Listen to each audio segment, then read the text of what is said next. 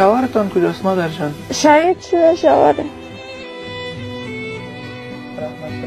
چگونه شهید شده مادر جان؟ کار غریبی میکرد، اینمی ماشین ندافی ماشین داشته، اینمی غریب کار بود دیگه، غریبی میکرد، دمی غریب به خود میرفت، دمی سرک داخل شهر که انتیاری شده، دمی سرک انتیاری دم برابر آمده دیگه. چرا مریض خورده، کدام چانوار ندارم، اینم نگه کالا ندارم، پوشاک ندارم، ندان دروازه میبرن، یک نفر یک چیزی را بخورن میگن نه ما نداریم، امیره چی رقم بخوریم، چی میخوریم؟ یک شب بخورن دو شب پیدا نمیکنن، گوشنه و تشنه اینم رقمی که گشتیم.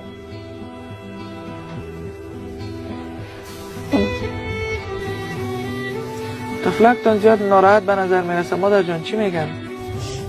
نان میگم بیادر، نان ندارن.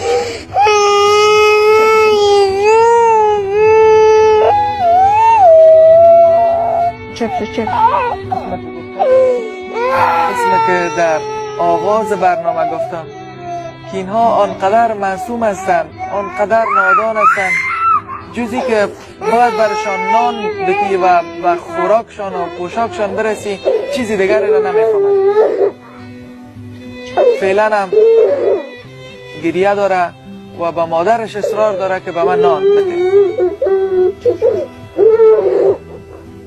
ببینید دوستا، خیلی دشوار است، دشوار است که حتی بر از این مشخص نیست که به حساب مادرش چی کار میکنه، یا در خانه نان هست نیست، بالاخره باید مادرش بر از اینا نان پیدا کنه.